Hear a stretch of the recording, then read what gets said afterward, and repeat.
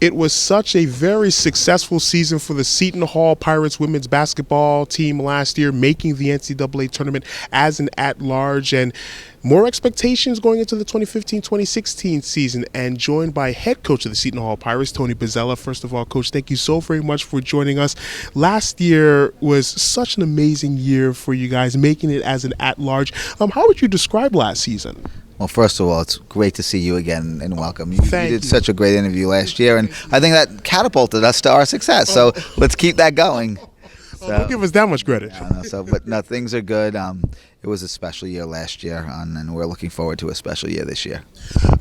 Going into this season, there's more expectations, as I mentioned, but there's so much great talent coming back as well. How do you temper the expectations? Because I'm sure a lot of the players think that, sky's the limit now. So how do you kind of keep them grounded going into this season? Or do you try to ground them?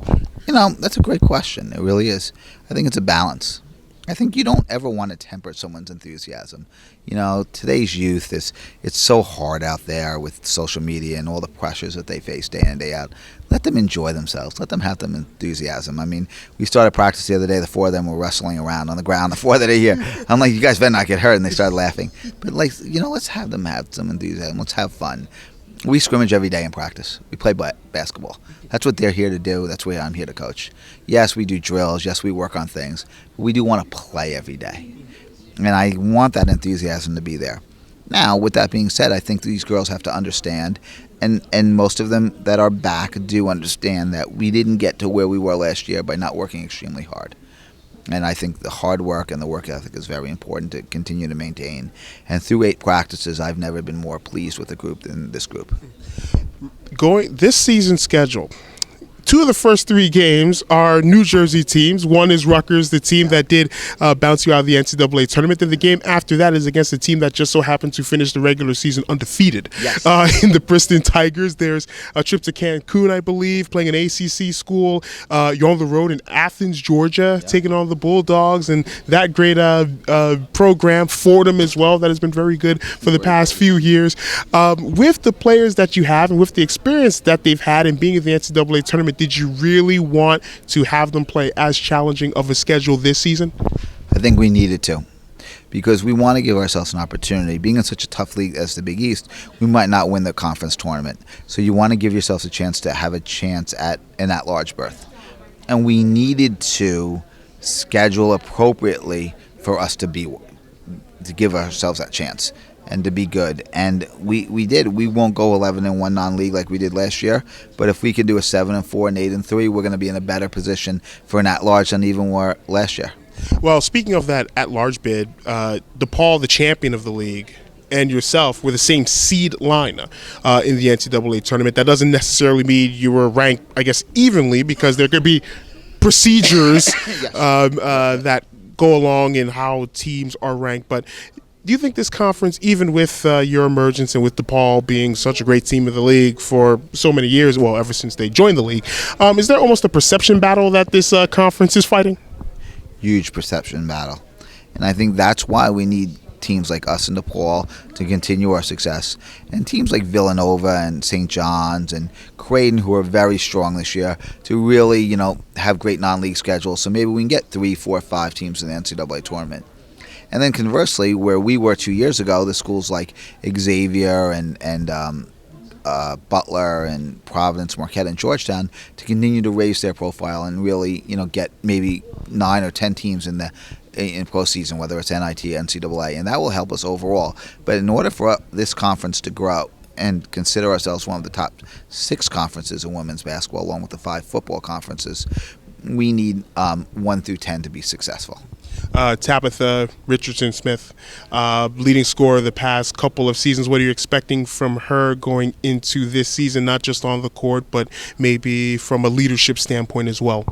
She's grown tremendously as a leader and as a person. But first and foremost, Tab must take care of herself on the court. She's going to be face-guarded, and she's going to be defended by the other team's best player.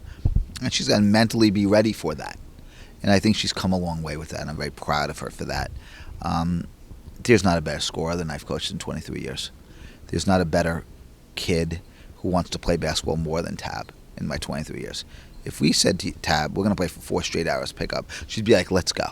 So, and that's great. That's a great role model to the kids. I always say, maybe the kid doesn't have to talk. Maybe the kid doesn't have to do this. There's something about each kid that you can be a role model for. Like Tiffany Jones is a quiet kid, but comes to play, sets screens every day in practice.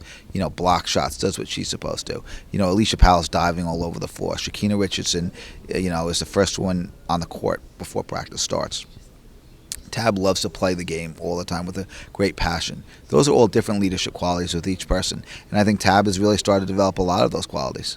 What makes the best score you've seen in 23 years the best score you've seen in 23 years?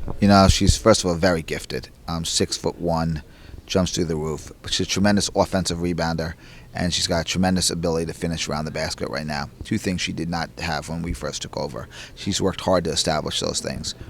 Obviously, she's a tremendous three-point shooter. Making 94 threes last year is tremendous. And, she can get her shot off any time. She can pretty much make any shot any time.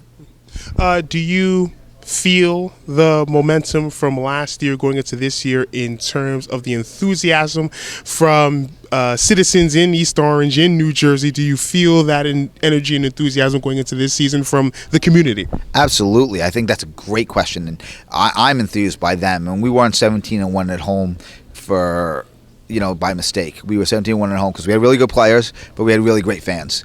And that's a combination. Without one or the other, we would not have been 17-1. And our season ticket base has five-folded since I took over. And that says a lot about them. And we have Rutgers at home, Princeton at home. I mean, we expect sellouts. We're hoping sellouts in those games. We're excited. We play a very challenging schedule at home because we want our fans to see the best that women's basketball has to offer. Winning these games in New Jersey against the Rutgers and against the Princeton, playing the games against St. John's, it almost has that Big East feel of if you own New York, you can get the recruits, you can get the attention. Is it important to win these games in New Jersey and games in New York against the local teams? Very important, and that's why Rutgers and St. John's and Princeton have been so successful. They're able to keep the local kids at home. And why have we been successful? Well, Deja Simmons transferring back home. Shakina Richardson transferring back home. Those local kids coming back to us. Now we have to get some of those kids to stay at the beginning, like a Kat Egan, Tara Inman, and Katie Healy, who aren't nationally as well known as those kids, but those kids still came here.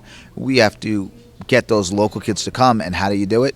Win. Mm-hmm. How do you do it? Beat Rutgers, beat St. John's, beat Princeton. And those are going to be hard challenges. I mean, they're all great programs, but for us to want to get those kids to come play for us over them, you got to beat them.